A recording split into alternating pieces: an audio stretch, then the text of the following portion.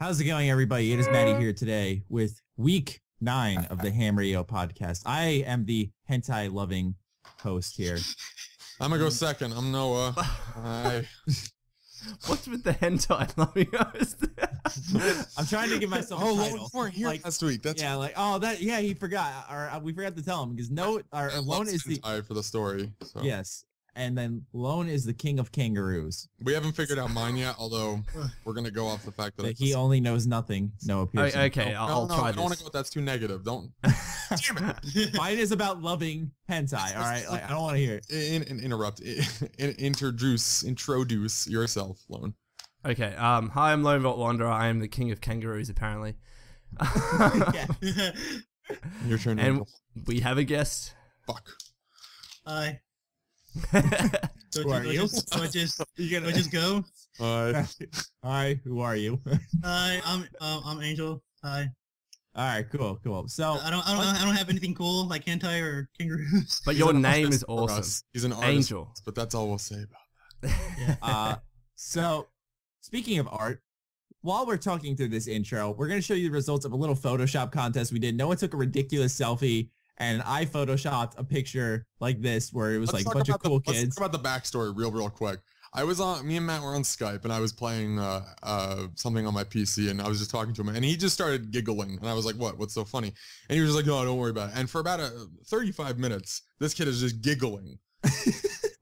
And I'm like wondering what the hell he's doing, and then he sends it to me on Twitter, and I mean, you'll see in a link below, or I don't know, Matt, what you're gonna do. I'm just throwing them up on screen as we go along throughout this intro. I just want you guys to see the results because we decided we'll just throw the best ones. They're basically every Photoshop creation that anyone ever made for Noah's face, and they're just hilarious. There's like one of Noah and the Avengers. Yeah.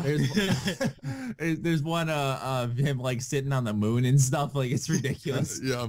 It's like Noah's been everywhere. They're fantastic. All the people who did that, you're amazing. Yeah.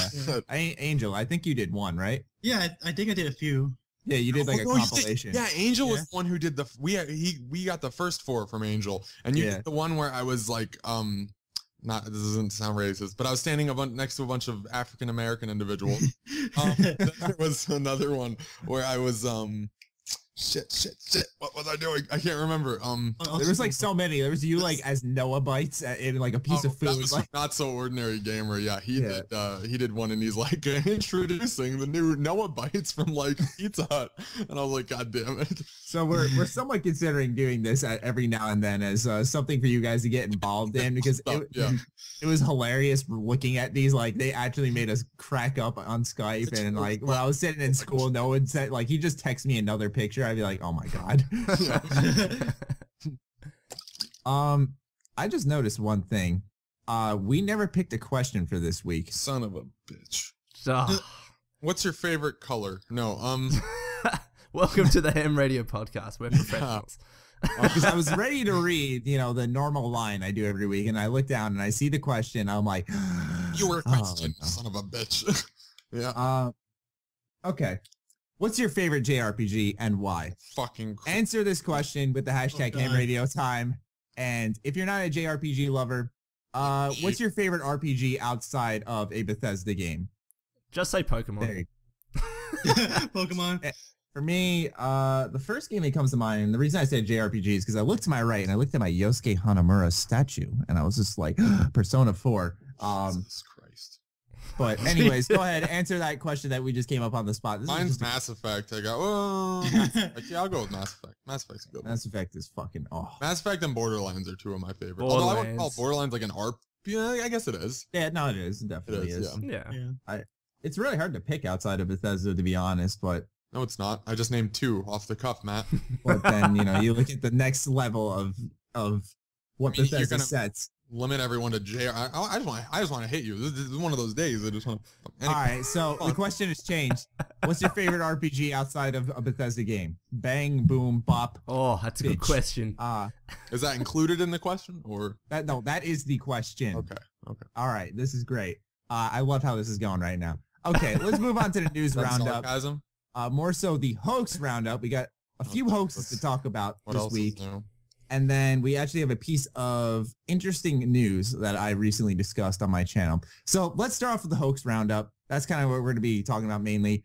So let's start with the first one. A Twitter user by, of course, the name of Flexter DC. Any hoaxer needs to have DC in their name. It seems like it's so fucking ridiculous. Yep. It's okay. So he photoshopped a picture of Pete Hines and the senior director at Bethesda Game Studios discussing how Ron Perlman wouldn't be able to make his flight to Bethesda Game Studios to record some dialogue. And like at first I fell for this, not like in the way where I was like, oh, this is something, but like, I was like, what did the Fallout fans say? This, put it on my Twitter and stuff. And some people brought it down to a science. They're like, yeah, if you look at the pixels of the text in the picture itself, you can tell why it's fake. But I don't get why this is happening again. Why? Because people love when we talk about it. And I'm not even talking about us specifically, but it's just people love drumming up this shit. And I don't get this attention grabbing bullshit. Like, it just happens so much. It's like, why? I wanted to say something about that.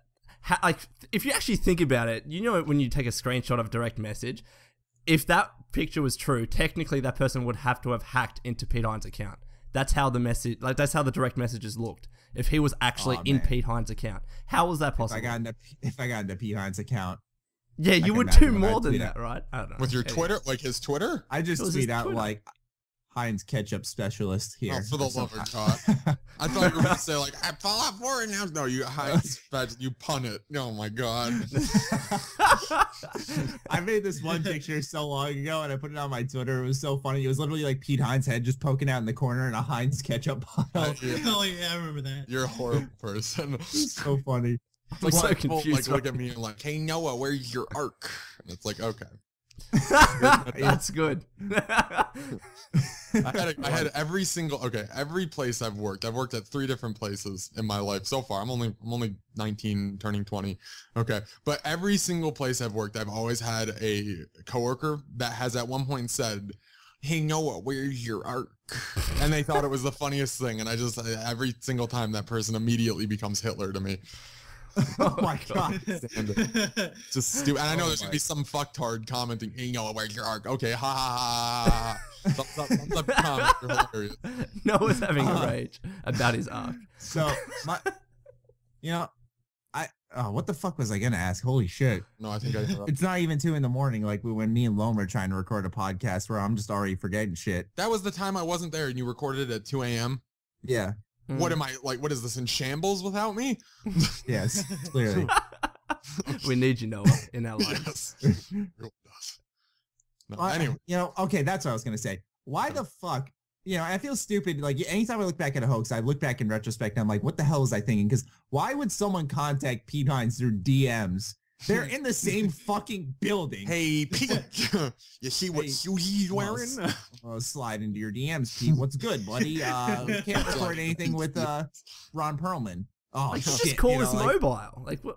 It's not even that. They would either email or just walk up to him, like in an office. Like, yeah. And someone made a really good point. Who was actually turned out to, and I had no idea this person followed me, but it was like the PR of Crytek, shit. Yeah, and he was like, well. Honestly, if this were true, they wouldn't tell the head of PR first. They'd tell like the producer, the person who actually legitimately runs that, not the PR. Right. Yeah. It's not like Pete Hines is delivering information to their crowd, So it's like he just took 2 common names, this hoaxer, and just fucking tricked the community again. And it's like, fuck you. That's all I gotta say. Fuck you.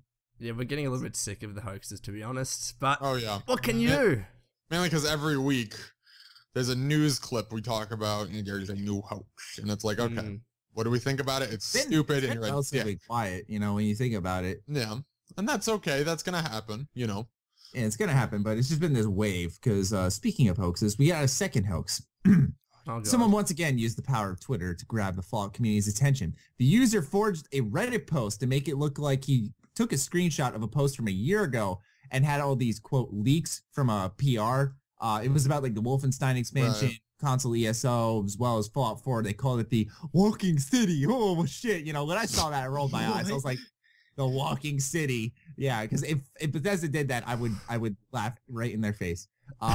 Anyways, this one was debunked almost immediately. I didn't notice it. I'm not like a frequenter on Reddit, so I didn't notice these little things. But on the right side of the screen is like a date when the post was made, and it said like whenever the person sent it to me, it was on that day. And this guy had certain things on the screen blacked out so he could, quote, block out personal information, but he didn't block out this date like an idiot. And what's even more funny is that he went to the length of changing the clock and date on his computer. Oh my God. Yeah, so he took these extra steps to the point where I saw it and like I was like, oh wow, the person, because like it wasn't called Wolfenstein Expansion, it was called like a Castle Wolfenstein Project or something like that. It was like an interesting name that actually sounded like a code name. Right. You know, and it was somewhat believable. I was looking at it, I was like, you know what, this could have been a leak beforehand and kind of hinted at something actually happening in the future. It could have been true. But then someone said, wait a second, this post was made today. Look right here. I was just like, holy shit. How do you go to all that length and forget that one really easy part? If you push it on Reddit, you should know that. The creator, well, shit. I just don't get the appeal for creating things like this. Like you get to see the community go crazy, haha, and then your 15 seconds of quote unquote fame is over. You know what I mean? I don't know. What's even more funny is that being called out on it, he proceeded to defend himself. I don't remember exactly what he said. Defend but he was himself? Yeah, like saying like, oh no, that's not what it is. You know, like he just started throwing shit into the fan or whatever the hell he goes. And shit hit the fan. And he started like throwing this crap out here. And like, it got worse and worse for him. He's like, oh, well, you know, I'm just blocking out personal information and shit. You know, it was just like he lost himself basically. Like he had us in his grip and he let it slip. Do you guys really think I'd lie on the internet? Like, Jesus. Noah, nobody lies on the internet. Exactly. It's proven no one lies on the internet. Especially in this goddamn community. Yeah. Anyways, how about a little less hoax, a little more exciting information? This can be considered more evidence that Fallout 4 may run on the Creation Engine. A viewer sent me on my Facebook fan page some photos, and if you want to give this a whirl because you don't believe him or me, you can go ahead and do so by typing in help in the console commands for Skyrim. And if you use the arrow keys to scroll through, you can view the game's console commands, and various commands popped up referring to Fallout such as VATS, the Pip-Boy, a radio tuner, etc. Now, this isn't the first we've seen of Fallout in the Creation Engine because months ago, it was discovered that there were models of like the baseball bat and the Chinese officer sword from Fallout 3 or maybe New Vegas. In the Creation Engine? Yes. And these were just... Now, what I've heard is that these are just leftover resources since it's an updated version of the Gamebryo engine. Now, even though they're there, I understand kind of to a degree if they're just leftover, whatever, they are there. But when I think about it, it's like, if you're not going to be using the engine for Fallout, then wouldn't you just get rid of them all? I'm gonna jump on this real quick. Okay. I almost said as a game developer. That's funny. if you think as a game developer and you write, let's say, code or functions to, I don't know, jump as a character. Okay. The next game, and you write it for game A. The next game you make, game B, you're not going to rewrite that jump function and stuff. You're just going to take it and put it in. So if they already had all the code and stuff from like Fallout and stuff, you know, even though it may be an updated or new era engine, they're not really gonna rewrite all the code. They're just gonna take a lot of it and put it, you know, I'm sure there's new code that was written, but not all of it was new. So the recycling of different stuff in the console commands of VATS and Pip-Boy and stuff like that, it's not that surprising. I'm sure that's code that, you know, residual code that was left over that didn't really affect anything. So it would have taken more time to get it out than it would have to, you know, just leave it there if it's not doing anything bad. You know, that's not an uncommon thing for developers to reuse that kind of stuff. See, now that makes sense. That's what I've been reading a lot in some of my comments and on Twitter. That makes a ton of sense. But what I don't get is the models. Yeah, why are they there? You know, I don't know if anyone here knows anything about the files in a video game itself, but it was in the .bsa archive. Does that ring any bells to anyone here? No. Says the studio's archive? Is that what that stands for? I don't know. I mean, that's a good guess. That's a healthy guess there, but I don't know if that was anything specific, like a modding folder or something. I wanted to make sure, you know, that's obviously not the data folder, but that's where the models for the baseball bat and the Chinese officer sword were found. Now, you know, you see those there. It's like I said, like, why are they still there? You know, the code makes sense. You don't want to rewrite the code, but if you're modeling something, wouldn't you want to, I guess, remodel it so that you can use the power of whatever new systems you're using? I have a theory here.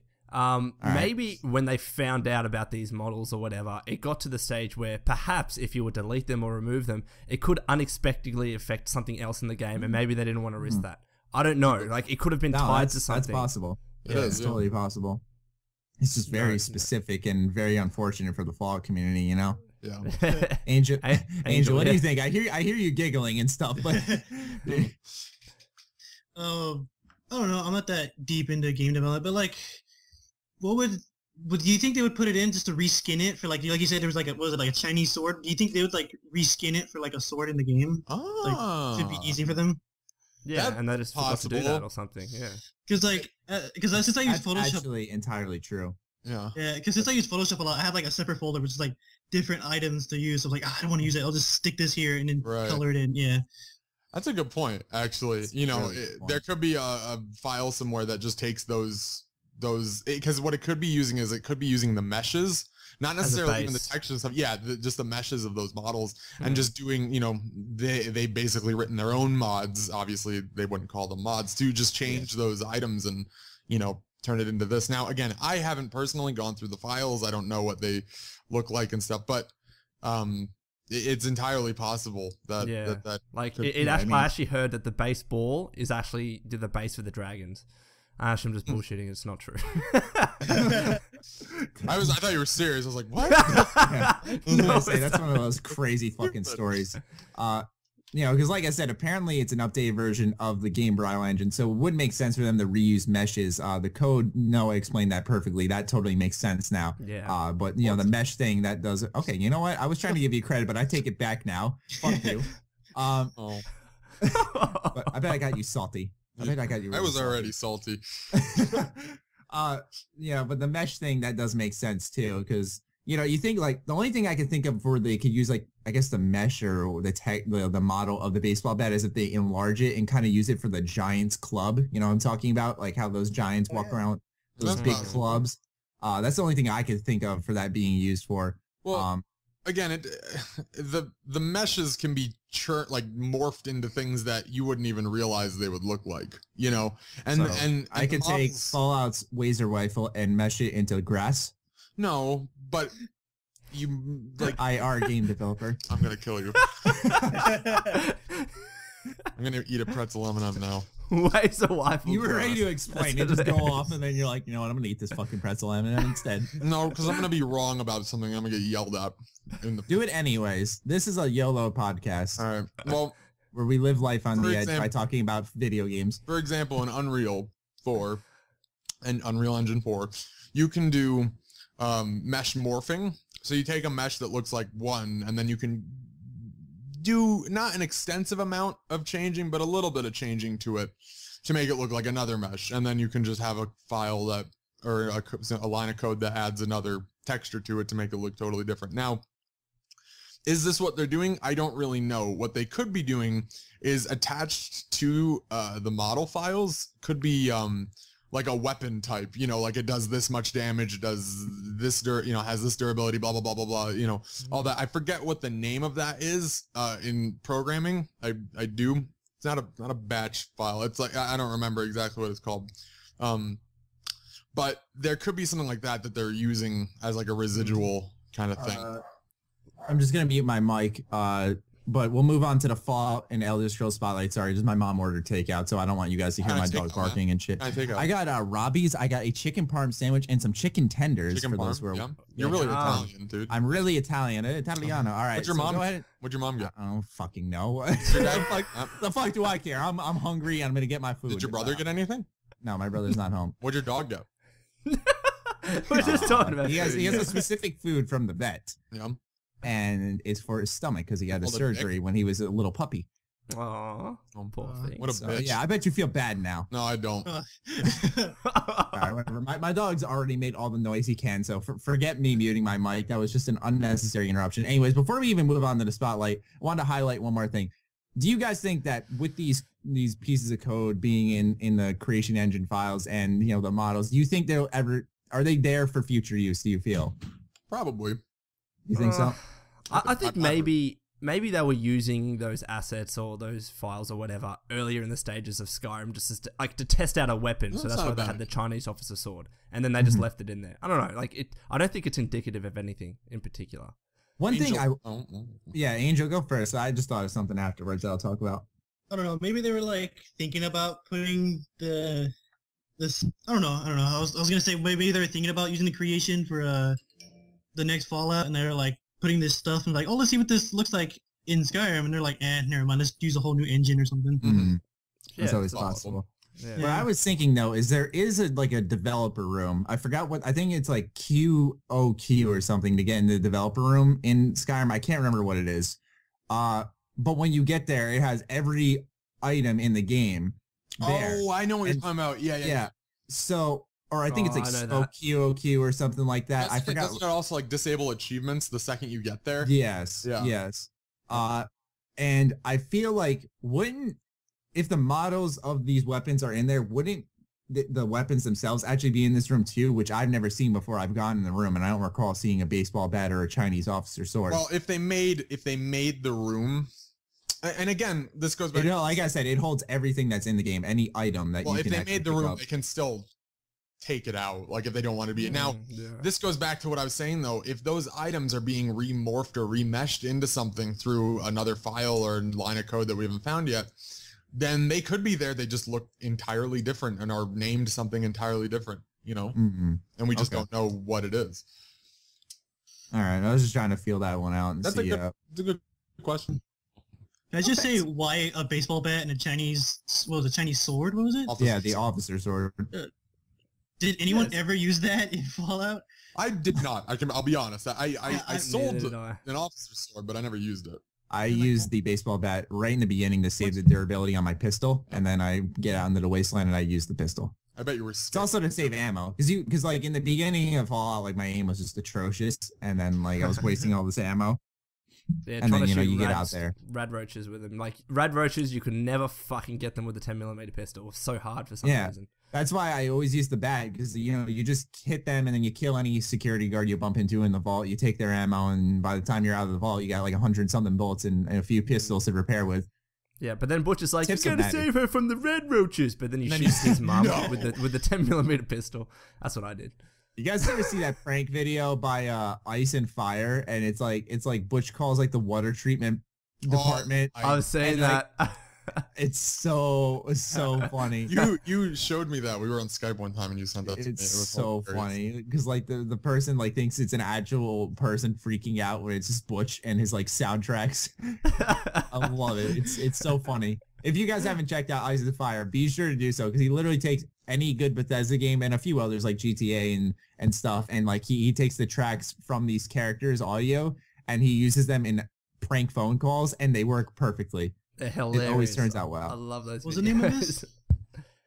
Ice and Fire. Ice and Jam. That's what it is. Ice and Fire is. I'm thinking of like Icy Hot. That's what I'm thinking of. Oh my god, I was the two confused.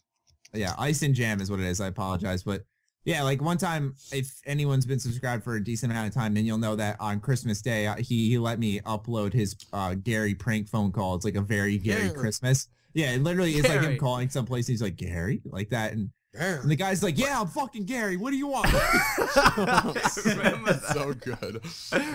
Gary. Anyways, why don't we move on to the Fallout and Elder Scrolls Spotlight like I wanted to do earlier, but fucking meatball parm.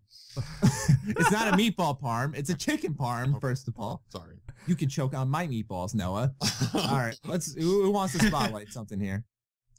Who's thought of something? This isn't every week we come to this bit like shit. We need to think of something. All right, I'll go first because I have mine written down. Or Angel, do you want to go first because you had one prepared like right away? Yeah, I have mine right now. All right, so you go ahead. Go first. Yeah.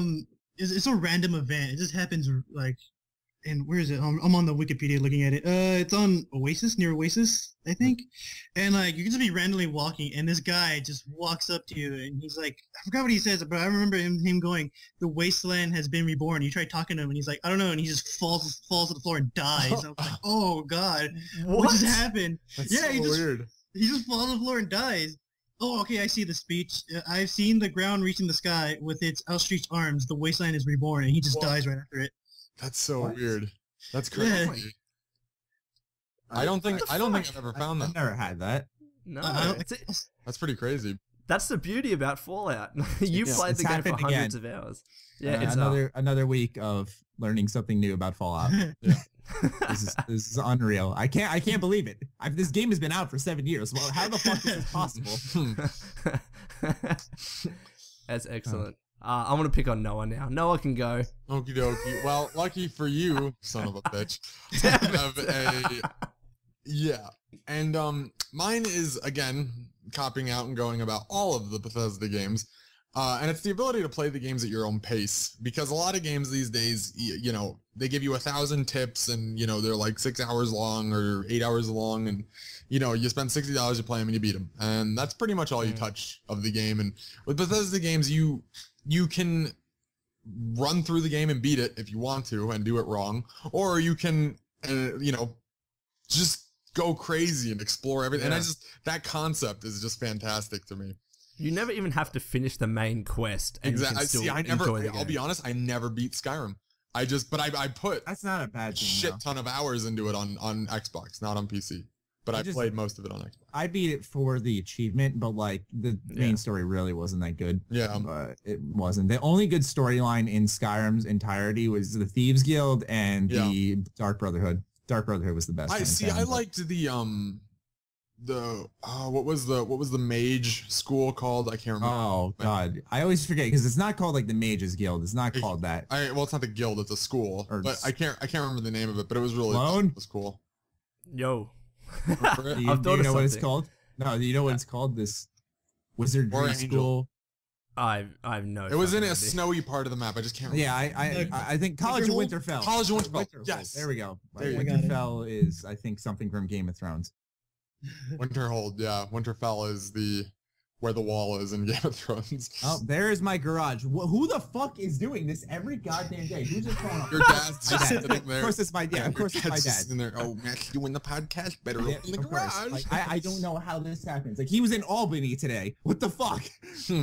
He's just sitting on the He's couch gonna with the walk in the remote. room, hey, bud, what are you doing? God damn it. I don't get it, but no, you bring up a good point that playing at your own pace in Bethesda's games is a very special thing about them because, like you said, you can do whatever the hell you want at whenever you want, and that's a freedom that not many games really have. Yeah, No, exactly. your turn, Matty? shithead. Actually, I do have something. All right, so this is the first time I was ever introduced to Fallout 3. It wasn't when I purchased the game. My friend had the game, and he showed me the box art, the cover art. And I was like, oh, fuck, this is sick. Do we get to play as this badass character on the front? And he's like, yeah, he popped in the game, and then he's just like in the early stages in Megaton with no armor or anything. And I was like, this is fucking shit. I want to be this badass power fucking armor wielding guy. Yeah. So I didn't play the game because I thought it was stupid for like a year after that. And then I read all the reviews, etc. And then I thought, all right, fucking, I'll get into it.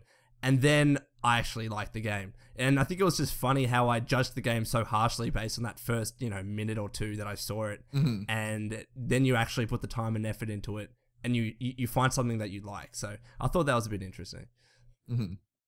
I had a similar thing. I hated Fallout 3 when I first bought it. I don't know why. I don't even remember why, but I borrowed my friend's copy and I didn't like it so much that I traded it in. So I stole his game and I traded it in. Dick. You traded your friend's game. Because you know what? No, it was... Oh, well, Matt, okay. You now have to go in and edit the podcast. No, I don't have to edit shit. My name is Matt Schroeder. Your name is Noah Pearson. No. Yeah, it works like that. It works like that because I say it works like that. But I quit. I can hear the hate typing. Yeah. I can hear the hate typing towards... You act like people are gonna hunt this kid down. Probably. And like drag him into the woods and just kick the shit out of him or something. No, we can only hope. All right, we're gonna mute that bit now. Okay, that's what we're gonna do. Anyways, I guess I'll go on to. I guess I will because I'm the only one left. I'm gonna talk about Bethesda's prison fetish because it's hilarious how literally mainly in Elder Scrolls, how you always start off in a prison or a prison-like environment, like this enclosed space. Like in Morrowind, you start off on this little room in a boat. In obviously Oblivion, you're in a prison. Skyrim, you're a prisoner. in Fallout 3, you're in this small ass vault. You know, I think New Vegas is one of the few games. Actually, Bethesda Game Studios didn't make that, so that doesn't count. So you get what I'm saying here, and it's like one of those weird trends where there's got to be a reason why they like picking this prisoner fetish thing, and I wonder if it's because it's like one of those fresh starts kind of. You know, you can throw them into the heat of the story right away. It's like an easy way of saying, okay, your character is like an unknown to the world. Make him what you want it to be, you know. Whereas in Fallout 3, to be, you know, you were a kid that then became a not kid, an adult, a not kid. No, yeah, no, a not kid. That's how they're known. Okay, thank you very much. But you know what I mean. Like, you weren't a prisoner, but in Skyrim, New Vegas, you weren't really a prisoner in New Vegas. You just got shot. But anyway, I have a small thought about this. Someone's gun hold. You're a prisoner of emotion. You're really feeling for the character. Yeah, it's funny because I could give two shits about the character in New Vegas. I think it's you start in this small enclosed space, and the reason for that is because once you do enter the open world, it seems much more grander and more just, you know, breathtaking, I guess. Because, for example, Fallout 3, you start in the vault, you walk out, there's this huge open world that you can do whatever you do. I guess it makes that distinction much, much more effective if you start in a much smaller spot. I don't know. It's true. It's very true. Because, like, Fallout 3 essentially starts off like it's going to be a linear first-person game. And after the first hour, you're out and you're like, okay, there's a lot to do. Where do I start? Well, the reason I cared about the character in Fallout 3 was because, like, you were as a kid, it was your dad, you know, you wanted to find. Whereas in New Vegas, you were just this guy who was bringing a letter, or not the letter, but the chip to somebody, and it was like, okay. And I don't know, also, a lot of people are going to disagree with me, as they always fucking do. No, they won't disagree. I don't think a lot of people disagree because I don't think New Vegas's story was really good, but it was more so the choices you can make in it that were really good. And that's true. You know, you guys can't be eating my M&Ms, right? No, you're okay. I heard when you fucking crunch down like that, yeah. Anyways, Paul. I think, like, look, I've been a defender of New Vegas because I do like it, but I didn't like how you were playing at this character that already had a backstory or already had a history. With Fallout 3, it was this brand new story that you kind of imprinted yourself onto the character. With New Vegas, the courier had this whole backstory, which is really fleshed out in the last DLC. I think many people didn't like that. It wasn't really you. It was just character that you're just filling the shoes of, the courier. So I don't know. I think that's the biggest nitpick I have of it. Yeah, that's totally true. Anyways, let's move on to the fourth bit. What we're playing, favorite gaming news bit, sometimes just our favorite news bit in general. I want to go Who would first. Like to go first? I want to go first. Oh, okay. I didn't finish asking. Someone else. I want to go first. Fuck it. So I've been streaming a lot lately, actually. Those of you who follow me on Twitter probably have been seeing me streaming. I've been streaming Hearthstone. Shout outs to Nissan for that birthday donation. Thank you again, Nissan. You the boss. But yeah, so I've been streaming. So if you would like to follow me on Twitter and see when I stream, that would be cool. Also, I've been. I'm sorry, I had I forgot what I was saying. Favorite news is that GTA will be playable on the 13th of April at 7 p.m. Eastern Standard Time, which is pretty awesome. So good guy Rockstar, makes it. They delay the game twice, and then they make it the earliest possible you can play it is the day before, the middle of the day, which is just like, thank you, Rockstar.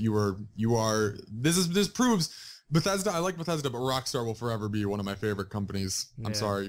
I like how they picked a universal day. They were like, all right, it's going to be, I think it was midnight BST, and everybody can know from there when the game, came out for you in your country and you could play it. For me, I think it's April 14th on a Tuesday at 8 a.m. So, it's good to know that everyone plays it at the same time. It's not unfair. Yeah. So that's my favorite. I'm particularly really excited for GTA because I feel like that's going to be finally the game that I can stream a lot, bring in a decent amount of viewers, but also the game that I can play with viewers, like subscribers, all that stuff. Because, that's a game that I think anyone who has a decent rig will have because it's going to be such a thriving online game. It's going to be the definitive way to play it. A lot of previewers have been saying that. And so I'm really excited for it personally. So many games coming out on that. Well, actually, not so many. A lot of top games coming out because you got GTA and then you got Mortal Kombat X. It's like, I want to buy that too. Fuck. I have no money. I'm excited for the mods for GTA. I am too. Those Oh, are God. cool. Apparently there are mods out already. Somebody fucking messaged me. He's like, "Oh, I've seen the first mod. Here's the website." I'm like, "Are you kidding? The game's not even out yet." Spider-Man. Yeah. Maddie's excited now. He's gonna play as Spider-Man in GTA. Yeah, and then get yelled at for using. You're disrespecting the lore of GTA. Oh my god. Oh my god. People don't actually do that, do they? Oh, they do. Oh no, I meant disrespect the lore of GTA. Oh no, just I meant for Bethesda, like when I'm wearing my Spider-Man costume because it's the only piece of like not destroyed armor my character has. Right. You know, in my videos, they'll be like, "What the fuck?" I mean, I don't get the comment anymore ever since I made the video about it, but before that, it was like, "Oh my god, this is so not lore friendly. Please take that disgusting armor off." I'm like, "Hey asshole, it's a video game. Suck it." That's awesome.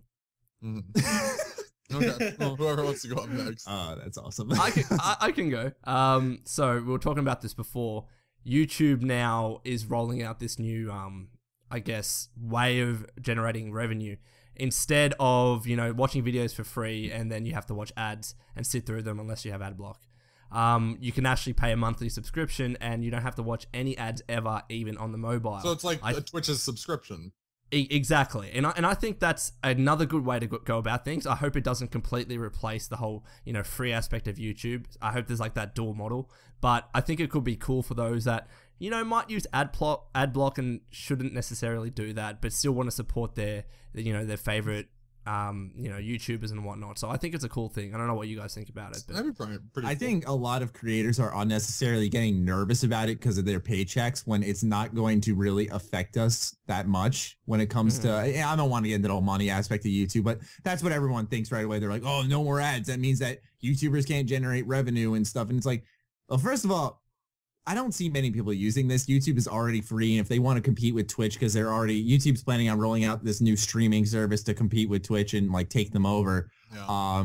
If you follow that business model that Twitch has, where it's like you can totally use Twitch for free and enjoy everything just like anyone else does. But if you want to pay that extra money, get rid of the ads and stuff and support the creator, that works too. I think a lot of people are too worried about the money when it comes to it. And it's just like, it's an option. That's all it is. It's a way. And like, I've heard that it's also going to be kind of like, in a way, I guess a good comparison would be like Netflix, where if you're paying this subscription money, you're going to get access to specific Google movies, for example, we'll say, that only subscribers can see. I've heard that's another part of it that could happen. Yeah, I just think it's interesting how it's going to work out. I mean, this one person is paying a particular fee every month. How is that going to be distributed against to the people and YouTubers that person watches? I don't know how they're going to work that out, because the way it is now, I will go onto several YouTubers, watch their videos and watch an ad. If, I watch the entire ad, they'll receive a percentage of that. But if I'm just paying a monthly subscription and I watch all of these YouTubers, is that subscription going to be distributed to them, or does it go into Google's pot and then Google then distributes that according to some sort of formula? It'll be weird. Both, probably. Yeah, I just don't know how it's going to work out, but whether people get paid more or less in the end, I guess it's, we have to wait and see. Yeah, I mean, it's a long time coming, but like if ads really bother you that much, people, don't pay Google. Just download AdBlock. Yeah, download AdBlock. I'd rather you download AdBlock, deny me of my revenue, than you paying Google so that they have even more money. I'm sorry, but they have a fucking enough. Don't give them more. Actually, I read this article a while back. Google is actually not making a profit on YouTube. Wow, that's impressive. They're not. Like, it's incredible to think about, but they're not turning a profit. Out of curiosity, where was this article? I'm wondering. When was it? It was a while back. I think it was on several sites like Wired, which is pretty legitimate. But I can't remember. If I can find the link, I will. But it actually does make sense to me, because, advertisers might not be willing to pay a certain amount. They might not think that the ads are effective because either people skip them or just don't click on the sites. So they're paying less and less, or less advertisers are going to YouTube.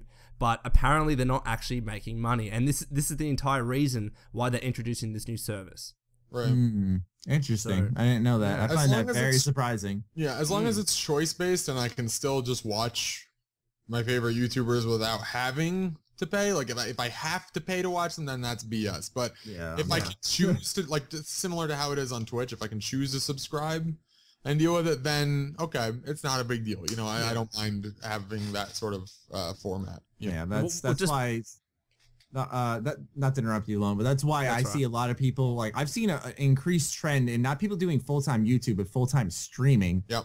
I wonder if that's why, because like Google is obviously gonna have to make a move eventually to, you know, make more money. And this is the first step. This isn't that bad. As long as Google and YouTube together respect the fucking creators, don't give them this bullshit, you know, and respect the viewers who don't, if they don't want to pay money, don't make them. They're fine, you know, make it an option. Don't take away too many services. It's not like, I'm not going to try to undermine it because YouTube is, you can upload whatever the hell you want. Well, but as long as but yeah.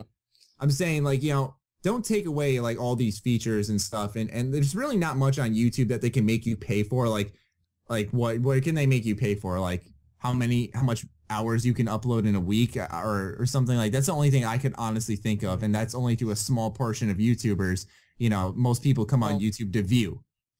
Exactly. Yeah. Well, what they can do is they can do pretty much exactly what Twitch does. I mean, Twitch has the emoticons and the support kind of theory. You know, you subscribe to someone on Twitch because you want to support them and you know, have fun in chat. So I guess if maybe they added, I'm not saying they're going to, but if they added something like that to like comments and YouTube, you know, that would be actually a really awesome and thing. Stuff like that. I would like that. That's very possible. And again, I think as long as it all boils down to a support system rather than a mandatory system, then I'd be fine with it. I think they'll definitely pilot that. Yeah. Because like this. Oh, sorry. You go, Angel. I was gonna say, if this goes through, is it required? Like, if I have a YouTube, am I required to like make this a subscription service? Like, am I supposed to? Yeah, that's what we don't know.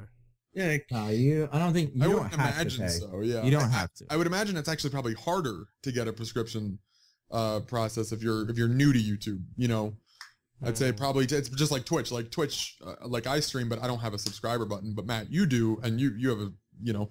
So obviously you have more followers and stuff, and you get more people watching when you stream, and that's why, you know. So I think it really depends on how much traffic you get and stuff like that before they'll add the ability to do like a subscription process. I think if YouTube wants to get people on this new ad service, personally, I really feel like if they did what Twitch did, where when you subscribe, you know.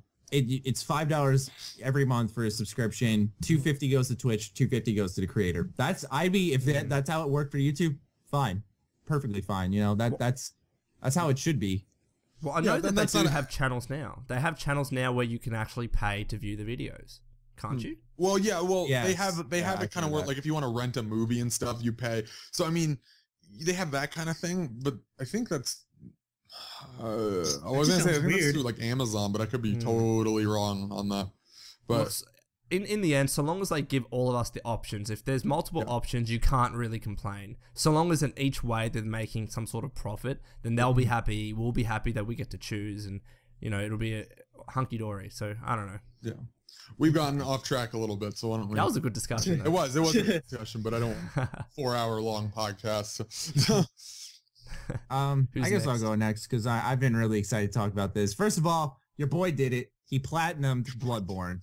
Your boy did it. I fucking did everything in Bloodborne. Your boy. Like, everything. Nice. I did everything. Can I say that one more time? Everything in probably the hardest game in a very long time. Thank you very fucking much. I'm proud of myself. Anyways, how long? That's what I was mainly playing. Oh, how long did it take?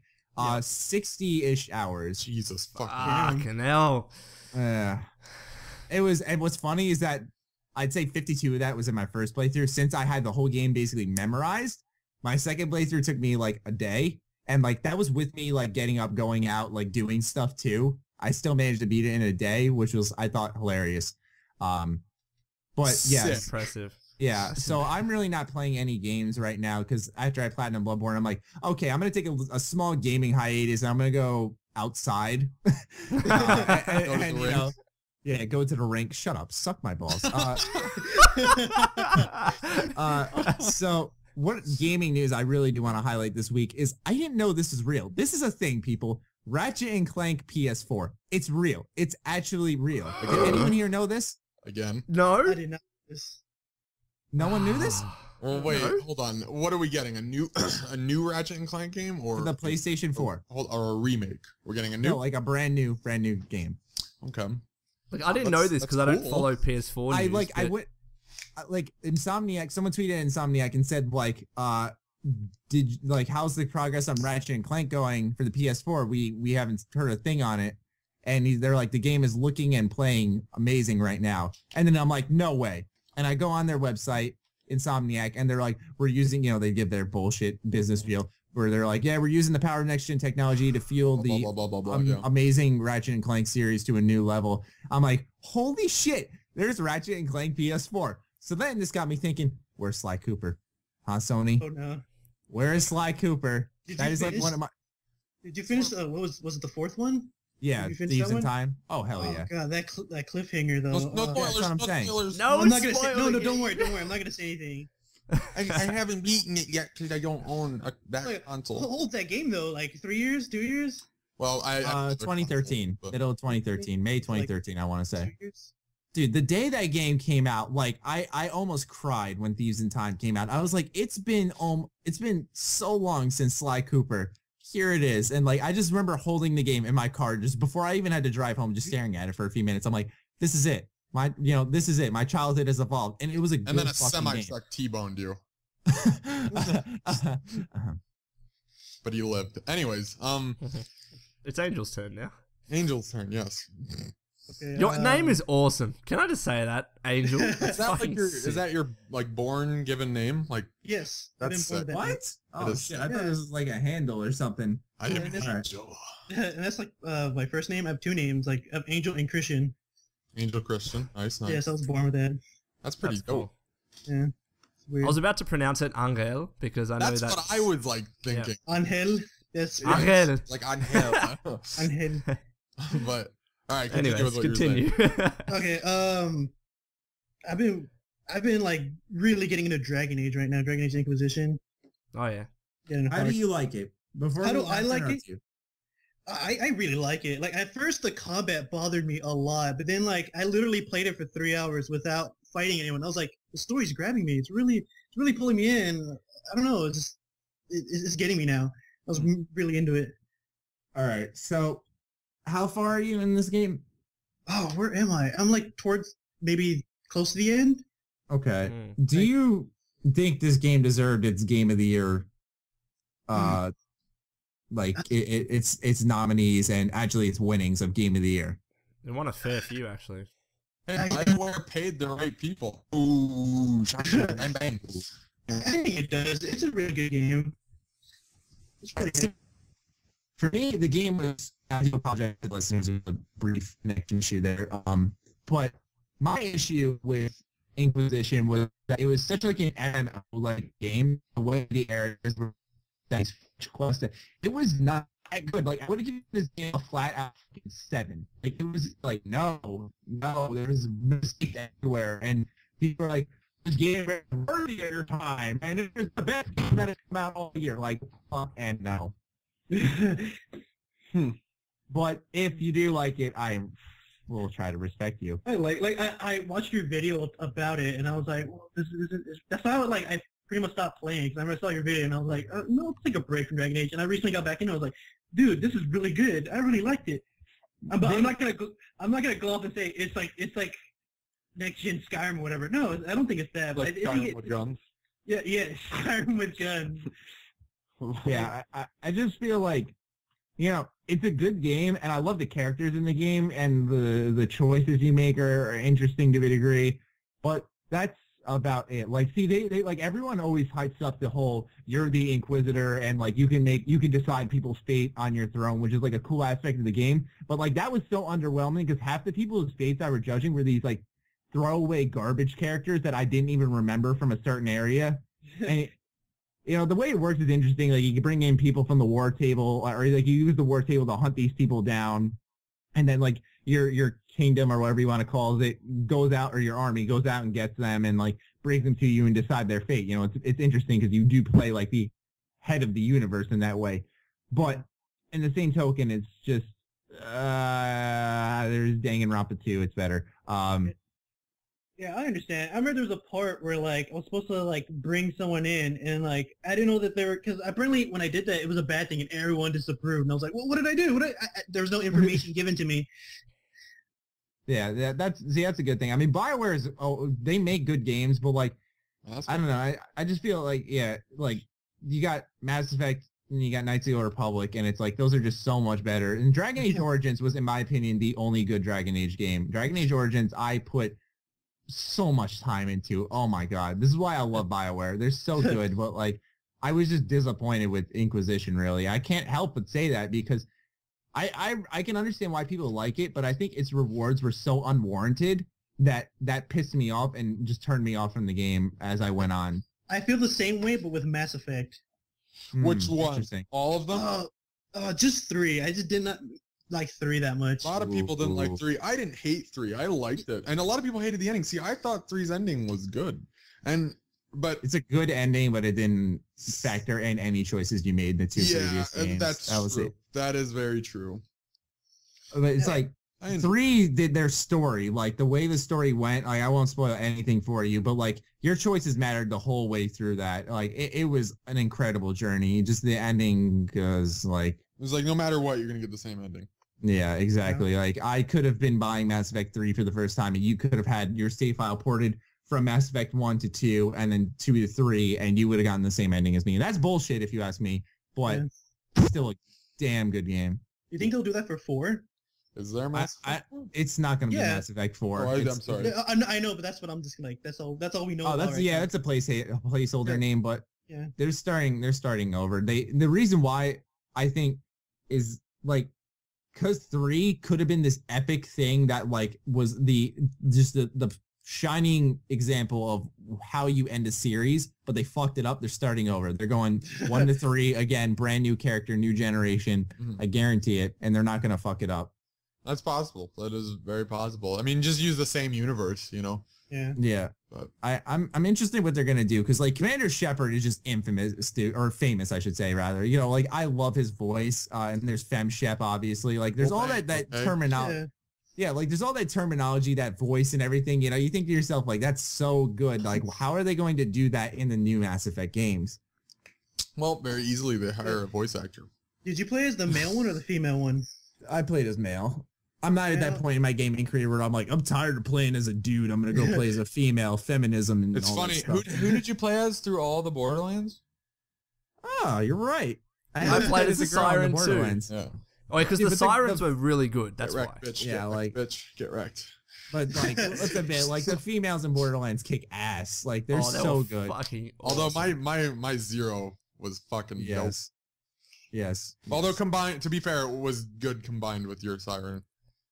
That's the thing I love about Borderlands. It's all teamwork, man. Yeah. Good shit in that game. I can't wait for 3. It's gonna. You need a Siren in Borderlands. If you're playing as a group, someone needs to be the Siren. I was more than happy to do it. Like Lilith, I think it was. Yeah, awesome. Lilith was the first one, and then the second one was Greg. I don't remember her name somewhere. What the fuck? Greg. I love Greg. Yeah. I love when people cosplay Greg. It's so awesome. You guys seen that? Was it the Handsome Collection or whatever? Handsome Jack collection. I'm mad because they don't have the first one. Like, how do you have a collection? I didn't know that. Yeah, they only have pre-sequel and 2. Pre-sequel was fun-ish. It was fun if you liked the mechanics of Borderlands. It was fun if you liked Australian jokes. Yeah. See, there was a few of them I got and I actually thought were pretty funny, but like some of the story was just so fucking boring in the pre-sequel. It's also the characters you played as were just these side characters that you totally forgot of from the previous Borderlands games. Yeah. Like why did they make Hammerlock a playable character? That would have been so good. The guy you meet in the beginning of Borderlands 2. That would have been perfect. He would have been a good playable character. Who was the little blonde girl? She was awesome, and I can't. Tiny Tina. I think Tiny Tina. She was fucking awesome. I remember we were playing a playable character, but it was in DLC. I could be wrong on that. There was this awesome moment. My friend and I were playing, and I think it was a DLC in Borderlands 2. And I'm like, shit, where's Tiny Tina? She would make this DLC really cool. Yeah. No joke, like a minute later, you just hear Tiny Tina on the radio. What's going on? Like, this is sick. She was the best character, guaranteed. I love it. What's going on, guys? Tiny Tina here. But I know. Subscribe to me on YouTube. Yeah. Follow me on LinkedIn. No. I didn't mean to take away from. Wow, we went off track there. Angel, you were talking about what you were playing, which is Inquisition. Do you have any gaming news you wanted to discuss? Oh no, I'm scrolling through websites. I don't know. Nothing popped up recently that interests me. That's true. It was a little bit of a slowish time. Going through. Kind of was. I'm trying to think. Usually there's like one. I mean, there is Deus Ex Mankind Divided. There we go. Yeah. That Human Revolution was so much fun. I never played the original Deus Ex, but I had so much fun playing through Revolution. I struggle with liking Human Revolution. Like, you're just wrong. I felt the same. Like I was like, I like it, but it's kind of. I played it stealth, and that's why I had so much fun with it. You act like I ran around like that casual gamer who doesn't know how to stealth and just kills everything. Dude, tells where's my ACR with red dot? How do I quick scope? How do I quick scope? Yeah. 1v1 me on Rust. Yeah. 1v1 me on Human Revolution.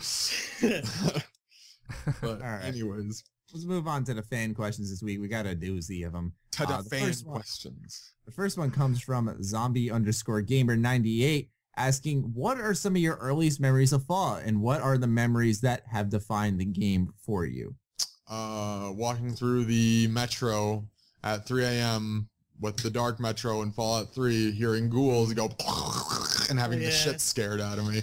No, you've used this before. Give me a new one. But it's not. Think of a new one, Noah. God damn it. What, do you not play Fallout? Actually, well, like the first memory I had of it was me and my friend Ian playing the game again at like 3 a.m. And this was before I bought it. He had it and we were playing it, and he like just started it, so we were just kind of in the vault. We only played a few hours of it, but it just looked really cool to me. So those are like my first earliest memories, but that's about it. And what memories have defined that game for you then, Noah? Oh, for the love of Matt, I just said them. The quiz, like, no, what defined it for you? You remember watching your friend play it? Was that the definitive moment where you were like, this is a great game? Yeah. Yeah, just watching your friend play on the couch, and you were sitting there like playing with yourself probably or something. Yeah. You were probably in 8th grade, so your home runs were like all off the walls shit. My home runs? Yeah, your home runs. Your home run. It's gone. It's out of here. No official.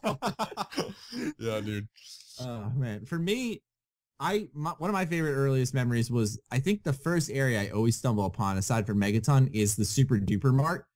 And that place. I love that place. I don't know what it is about it, but just anytime I get in that place, it kind of just, I get this like feeling of nostalgia just evoked because of this area. I think it's because of the way you can tackle this area. It's one of the more open areas in Fallout 3 that you can like run, obviously guns blazing, or you can kind of take cover behind like cash registers and like pick these raiders walking along the top of these store shelves and stuff. I feel like it kind of brought the universe to life in a way where you see like everything's gone in this store. Like it's a literal empty grocery store.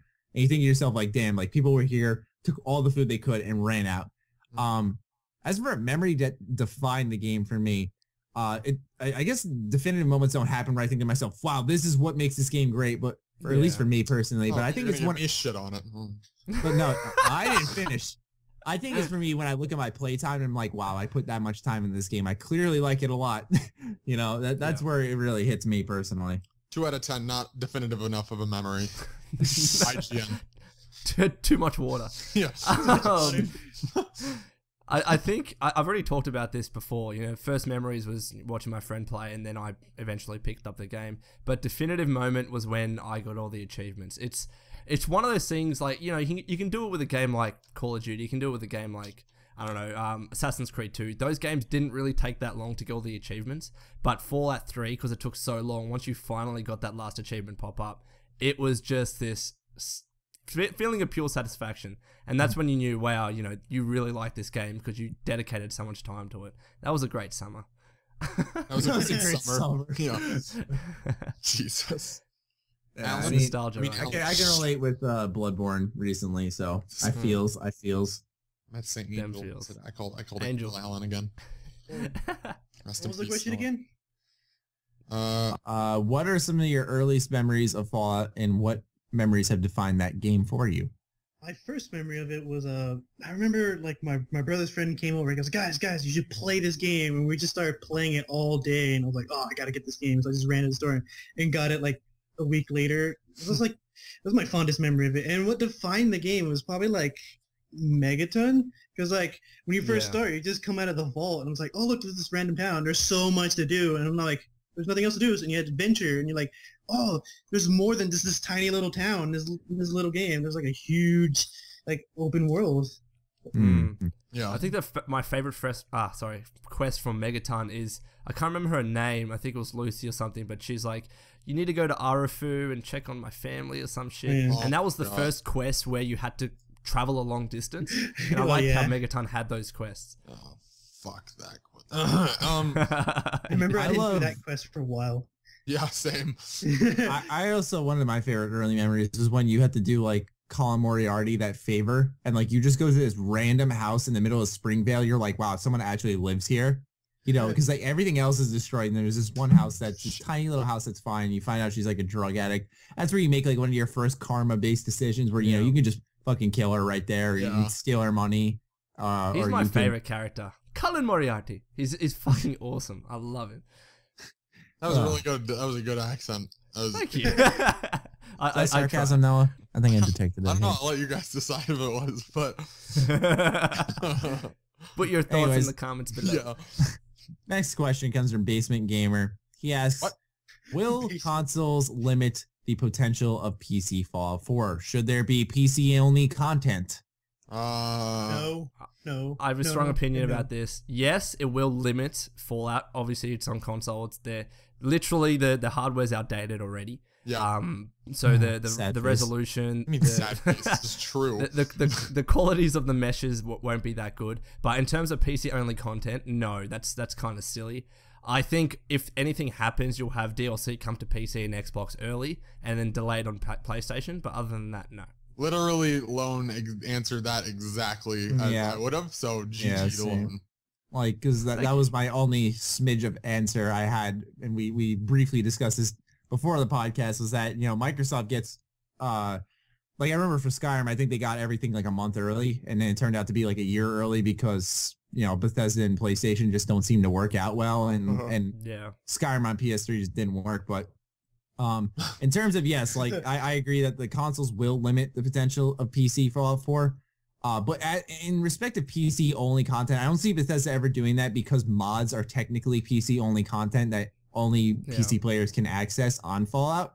So I see that being the only PC content. I don't think Bethesda is one of those companies that will only bring DLC, like kind of like Destiny did, where they're like, you can only get this DLC on PlayStation 4, and then you can buy it like 2 years later on Fuck Destiny. Xbox One. Yeah, piece of shit game. I agree. Oh my god. I hate that game so much. I really do. We can't get into it. Oh, yes, we can. Because anytime I think about that game, I get mad because it's so fucking annoying how much hype was built on the game. Oh my god. I know. Same way. And all that money too. Yeah. Yeah, all that money. Oh, it's one of the most expensive games. It's more expensive than GTA 5. Where the fuck do you go wrong with that much money? Wait, was that a quote? Is that true? It's like the most expensive game ever.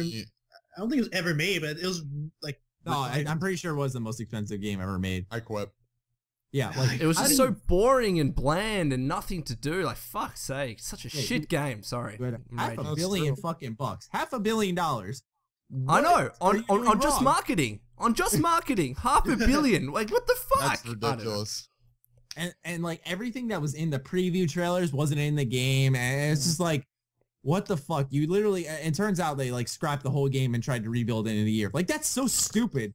Well, that's probably why it's terrible, because they rebuilt it in a year. Yeah, I know, but why do you fucking stop it there? Oh, we got this change in vision. Just fucking cancel the game and be like, all right, sorry, you know, we already spent a stupid amount of money on fucking marketing and lanyards that you can wear on your keys. And then they have the balls to like, here's DLC. You should buy it. Yeah, and they're like, yeah, that'll fill in more of the story. It's like, it was like a 2-hour story that, oh my god. Wasn't the DLC on the disc? Yeah, it was. It was found on disc. That's Son of a bitch. ridiculous. Like Bungie used to be one of my more respected developers. They lost it all. Now they're Ubisoft. Because you know what? EA was EA. Then Ubisoft became the EA. Now Bungie is the Ubisoft, and Ubisoft is the EA. It makes perfect sense. Just don't think about it. Yeah. No, but like I love it. You get in bed with Activision once, and this is what happens. Like, well, clearly there's something wrong with Activision because they fucking ruin everything. I hate Activision. Yeah. If they ever email me asking like for me to collaborate with them, I'm going to respond, ha ha ha ha ha ha. Like, hey, Matty, we're gonna pay you the big bucks. They could have done so much more. Yeah. You want to come out to COD Championship 2015 and do some coverage? I'm gonna be like, some coverage. God. Rather tie my penis to a tree and hang off of it 5 hours and that shit. You wear a GoPro when you do that? Next question. Moving on to the third question. Hollow_memory says, maybe you've heard this a few times. What do you guys think of Fallout Equestria, or have you heard about it? I'm not talking about it. You guys go nuts. I have no idea. I've heard it. Yeah, I've heard it a few times. We told Lone, because Lone's the only one here, I think, who, or maybe Angel knows about it too, but me, Noah, know nothing about it. I've seen the name before. I heard what is it? Equestria, but I've never heard of this. Was it a mod? I never heard of this. I don't know. Oh, okay. So Lone is the only one here who knows what it is. What is it, Lone? I know like really vaguely what it is. I believe there's a novel, Fallout Equestria, and essentially it's the Fallout world and the Brony world, if you want to call it, like amalgamated together. Okay. It's not my thing, but there you go. So basically it shouldn't exist is the point. I'm not getting into it. Fallout Equestria resource. Okay, so they have their own website. I see a lot of My Little Ponies. Okay. My Little Pet Boy. This is a corner of the internet you never want to explore. There are little pony drawings here. What in the fuck? Why is that a fill-in? I typed in Fallout and E and Equestria just pops up. It's really popular. It's very popular, apparently. But look, to each their own. Let me look at the forums. General pony discussions, general non-pony discussions. Oh, Jesus. Oh, there better be a Reddit on this. Let's move on, please. No. It's okay. No, it's okay. You cannot. You cannot. All right, let's go to a general discussion. I want to see if I can find a funny post here. It's all a funny post. It really is. So how big is Equestria now? I want to know how big it is. Just wondering if we were hypothetically accept all side fixes canon, approximately how large in square miles, kilometers, acres, okay, you people are weird. Would Equestria have been to incorporate all the locations mentioned? Perhaps I know how heated things can get. Like I'm on Facebook in a couple of Fallout groups, and whenever there's an Equestria post, people just physically get angry, and I would too. I just like, this is like Fallout 4, all like in a whole nother corner of the internet. Like these are people like discussing where Fallout Equestria should take place. Like, are these side fix going to be canon? Like this isn't going to happen. That's not going to look at this and think, all right, let's include My Little Pony. This is fucking weird. To each their own. I'm just gonna say, Lone's gonna try to be the peacekeeper here. I'm gonna tell you guys straight up, that's fucking weird. No, never do this again. Never do this again. Question. If there's any type of Elder Scrolls Equestria, don't let me know. Oh no. I gotta Google it now. Hold on. Oh no. Elder I have to do it. Brony. My Little Skyrim, Adventures of a Brony and Elder Scrolls. Okay. I know there's mods of like My Little Pony and Skyrim. I find that hilarious, but when you make like a whole like roleplay thing, like what? Really? There's someone has a Brony in the Elder Scrolls wiki. I'll be right back. I have to use the bathroom real quick. Noah's got to take a deuce. All right, we'll move on. And Noah's gonna miss the one question that he was looking so forward to answering. Do we have another question we can ask first? Yeah, we'll do the fifth question first, and then we'll go back to the fourth one. Because it's a non-Fallout question, which is because Noah's not a true Fallout fan. He gets excited about those. No. What's funny is he won't listen to this afterwards, so he will not know I just said that. This will be timestamp. Anyways, at Lil Miss Murder XO asks, do you think if Bethesda releases on all consoles that last gen will hold next gen back?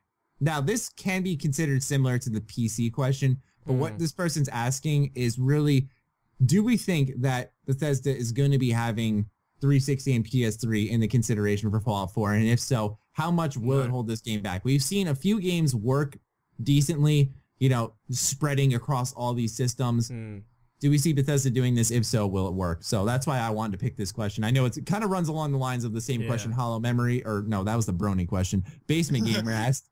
But I just want to get some thoughts on just last gen Fallout, 360 and PS. I think that you still have some developers clinging onto the last, gen hardware because there's such a huge base for them. But if you have a company or a game like Call of Duty, which has predominantly usually done all of the platforms possible, and now they're finally moving on, there is no way you'll see Bethesda going, sticking with old gen hardware. Call of Duty likes to milk their fans. They like to get as much money as possible, right? So if they're moving on, Bethesda is definitely already gone. There's no way they're making old gen hardware. Or the old gen game, rather. Yeah, I agree. Yeah. See, thanks, Noah. You look at this is one interview with Todd Howard where he's saying that some people are asking, why don't you go make? I mean, this question's already been answered, but I just wanted to get a little discussion going, anyways. But he was asked some people say, why don't you go back to old gen? There's so many more systems there, you can sell more. And he goes, well, we want to stay over here and make something new and fresh and big, better than we made last time. So we're going to stay over here, essentially staying over on the new gen, moving forward with that. Right. Only thing I'm worried with is, the learning curve. I don't know how steep it is for developers. Where a lot of developers, I think the reason they cling on the last gen is because they're still so used to that. Yeah.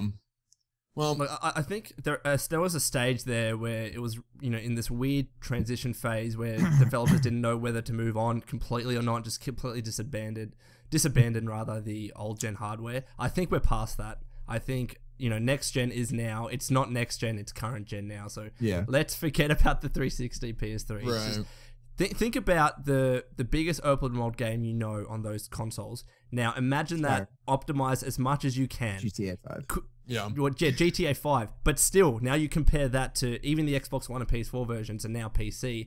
How shit would Fallout 4 be on 360 and PS3? Yeah, it would be too ambitious for it to fit on the last gen systems, to put it simply. It wouldn't work. But unless Bethesda wants to hold their game back, which they won't. We know them as a developer and with their work as an example, they wouldn't. Skyrim's a good example of how big they can go on that system. Now you take the systems with more power, they're gonna make a game that's a lot bigger. They're probably literally jerking off to all the power that's in this system and how big their world is. Yeah. Oh my god, it's double the size of Skyrim. Oh, it's fucking Pete Hines jerking off a ketchup bottle in the corner or something. Yeah. I have a question. All right, go for it. Do you think if they go through with this, have it on past gen and current gen, do you think they would, if they ever do it, do you think there would be 2 discs on past gens, just Fallout 4 on 2 discs? Do you think they would do? They'd have to. They would. Think about it this way. Let's assume that Fallout 4 would be as big as GTA 5. GTA 5, if you buy the hard copy, which no one would do, but if you do, there are 7 discs to install on the PC. 7. Oh, on PC. Now, I think it would be close to that number if you had Fallout. Yeah. I see. Anytime I think of a game with multiple discs, and Lone, I'm sure you'll relate. Rage is the game I think of. Oh my god, I remember. Yeah, 3 discs. If you want to play multiplayer, enter the additional disc. No, I don't want to fucking do that. Wolfenstein was 4. Yeah. The New Order, it was 4 discs. Oh Jesus. It's just you got to this point in the game and they're like, all right, enter disc 2. No, that completely breaks the game. They try to transition from cutscene to, all right, insert the disc now, find out what happens next. I'm like, come on, just fucking fit it on 1 disc. Yeah. Yeah. But, oh well. All right. I don't know. It's also thanks to Microsoft in a way, because I know Sony and the PS3 use Blu-ray, where Microsoft just used normal discs, we'll call them. So that's part of the reason why Microsoft had to use 3 discs for some of their games and shit. Ridiculous. And think about it this way. If Rage was a game that needed 2 discs, how many discs is Fallout 4 going to need? Because Rage was not really open world. It really It kind of was in a sense, but it's definitely not as big as Fallout. It was very graphically detailed too. They could make it fit, but they could do what other developers do and cut out features, and they're not going to do that. They're not like that. You don't want a dumbed down version. Yeah, have you seen like Dragon Age on past gen and in current gen? Yeah, I've heard because my friend Vinny, he bought it for like his PS3 because he really wanted to play it because he was away at school and he was like, this is fucking terrible. Yeah, and like the frame rate drops and like the graphics don't look good at all. See, that was one of the reasons why going back to Inquisition, why I wasn't big on it is because no one talked about how much of a failure that version was. Like, I've heard that the graphics in Dragon Age Origin were, like, on par with Inquisition. Like, my friend said, like, everything's muddy looking. Like, it's just awful. And, you know, it just doesn't run well or anything. And then he got it on this Xbox One because he just bought it. He was like, this is a totally different game. Like, you have no idea. My favorite part is, like, when you first... You know in the beginning how there's a crowd of people clapping, like, on next gen? Or PC in Dragon Age. Yeah. I watched my friend play it on a like 360, and like there's only like 4 people just standing out there clapping. I was like, this is hilarious. Exhibit great. A. Yeah. Yeah. So in answer to that question, Bethesda, if you hold it back on last gen consoles, I'm gonna burn down your houses. Yeah. Let's move on to the final question. Noah, we held this question for you. So thank you. This is from @CavinSan. He asks, non-Fallout related question, what type of music do you guys listen to? Oh. Bands? ? Well, I'm gonna go first. I like a lot of different stuff. It really depends on what mood I'm in, but one of my favorite plans. You're such a deep teenager, Noah. It depends on what mood you're in. I hate you more than anything in this world. Oh my god. I'm gonna sit in my bed and vibe out to some fucking Panic at the Disco. And I don't mind Panic at the Disco. I like but Panic Blink at the Disco. Blink 182 is I'm gonna hit you. Blink 182 is my go-to, though. A lot of the time, I don't know. There's a lot of stuff I like electric music. I like rock. You know, it kind of spreads everywhere. So that's how I kind of am. For me, it depends where I am more so, not what I'm feeling. Like if I'm at the gym, you know, I'm gonna be listening to pumping those guns. I'm gonna be listening to rap, or I'm gonna be listening to dubstep. Like I'm gonna be listening to something that has an upbeat rhythm that kind of keeps me going. You know, where I can be the whitest person ever. But if I'm in my car, or for some reason if I'm at home listening to music, which I never do, but if I am, like, I'm listening to, I guess, really anything else. I don't like country at all. I like Passion Pit a lot. I love Passion Pit so much. They're like one band that I don't get tired of ever. So I'd have to say that type of music is like that indie pop sort of type of music, I guess you would call it. I really like a lot. But really anything kind of appeals to me except country. Agreed.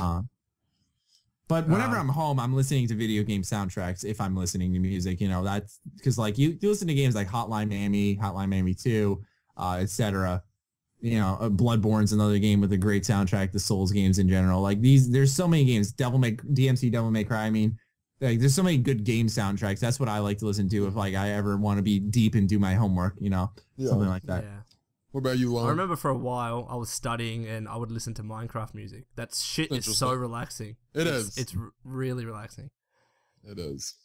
But for me, I don't know. I'm a bit of a weird one. I don't really listen to bands at all. I listen to, like Matty, I listen to rap and also R&B as well. So okay. Yeah. See, what kind of music do you listen to? Is there any Australian specific raps that we're not aware of? No. Australian gangster Let me give you a lesson in Australian rap. It is shit. Do not listen to it, please. Like, if you think the Australian accent is funny, listen to somebody rapping in an Australian accent. It's to me, it's terrible, and I would not wish it upon my worst enemy. Honestly, I hate it. Jesus.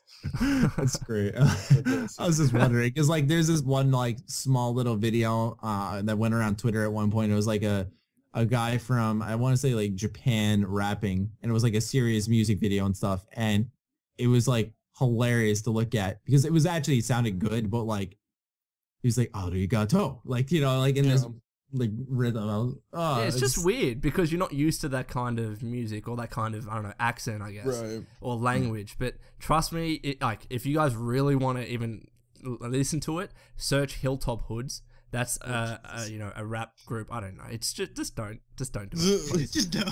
Yeah. Angel, what about you? Hold on. Well, don't play it. Okay. Don't play. It's copyright. I was gonna say I don't want to. I'm not gonna play it. Copyright strike. I'm just gonna look it up Angel. for myself afterwards. Hilltop For research. Hilltop Woods. Hilltop They Woods. actually Yeah. they come up right away, dude. Okay, cool. Yeah. I'm gonna listen to them after this. So Angel, what do you got? I listen to anything, but I prefer rock. Nice. Yeah, and I've been really listening to. Have you guys ever heard of a band called The Devil Wears Prada? I have. Yes. Christian metal. Oh my god. Devil Wears Prada. I'm a little ashamed to admit this, but they are. I like the movie. decent. I like Pierce the Veil. Pierce the Veil? I don't know. Never heard them. Find them. I've heard of them, but I've never Right. liked their song. Yeah, I might get hate for that, but I don't know. Shut up. And I've been listening to them a lot lately because I just recently went to one of their concerts. Mm-hmm. Yeah, it's really cool. Pretty dope. Yeah, I'm those not a people big are. concert fan. You're not? I don't No, know. like I went to one when I was a kid and it was just like the worst experience. Like it was just my dad, because I was with my dad. And you know, my dad was like all into it. I'm like, it was like one of these shitty bands too. I was like, who the fuck are these people? You know? The music sounded totally different from what it sounded like on the radio. I was like, okay, this is awful. Yeah. You people really need help. Yeah, some bands live sound really, really different, and then I get kind of turned off at that. I'm like, what? That's why I don't look up live performances. It sounds good on the Yeah. radio. It's all right. Fine. Whatever. I love live performances. Like acoustic covers of certain songs sound amazing if the person is good at what they do, and they can sound fantastic. But I know what you mean, live, especially if the acoustics in the room of the venue at a live performance aren't good, it can sound really weird. But yeah, so I think that's all we got though. Yeah, that's all 5 fan questions. Thank you for your questions. You can submit them using the hashtag Ham Radio Time. While you're tweeting at us, you can send the answer to your question, which is, what is your favorite RPG outside of a Bethesda game? Yeah. Your answer is awesome enough. You will be the 4th guest like Angel. Angel, thank you so much for your time this evening. I don't know where you are in the US. Desert ass California. I'm gonna assume he's in the Okay, US. so he is. yes, Yeah. evening. All right, cool. So thank you for your time, Angel. Noah, don't get away. Alone. Thank you. All right. Be sure to keep sending in those Photoshop submissions, by the way. They're my God, hilarious. they're amazing. Yeah. We'll see if anything comes up during the week. You know, naturally we'll do a Photoshop. Maybe Lone will take a selfie and post it online. That's not happening. I'll be the first to do it. Yeah. Like last time. Angel will take it away. Nah. Anyways, it's not happening. This has been week 9 of the Ham Radio Podcast. It has. Take care of yourselves. We'll see you guys next week. Peace. Peace. Bye.